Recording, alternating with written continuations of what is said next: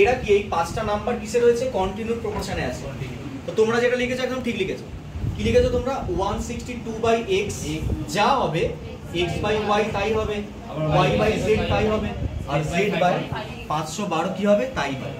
আর এই যে রেশিওটার একটা নির্দিষ্ট আমি মান ধরে নিচ্ছি, সেটা হচ্ছে কি ধরে নিলাম যে এর একটা নির্দিষ্ট তো মান থাকবে, কাটাকুটি করার পর একটা ফিক্সড মান তো আসবে, সেই মানটাকে আমি ধরে নিলাম কনস্ট্যান্ট একটা টার্ম বা রেশিও কে ধরে নিলাম।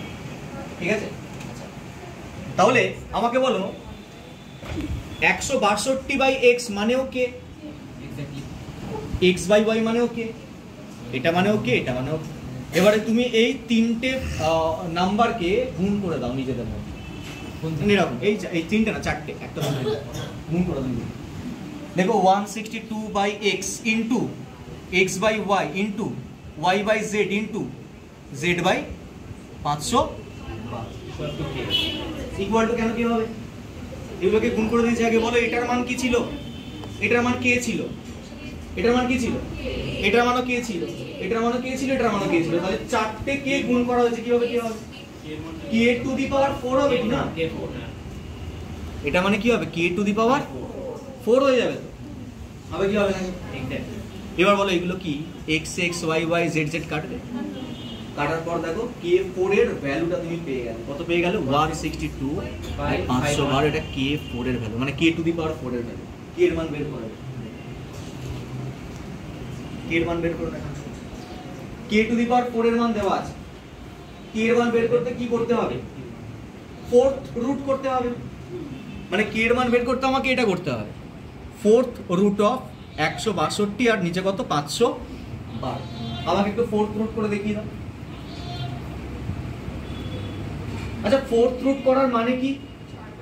4 বার রুট করা, 2 বার রুট করা। ফোর্থ রুট করার মানে কি? 2 বার রুট করা, মানে একবার রুট করে যেটা পাবো তাকে আরো একবার রুট করব।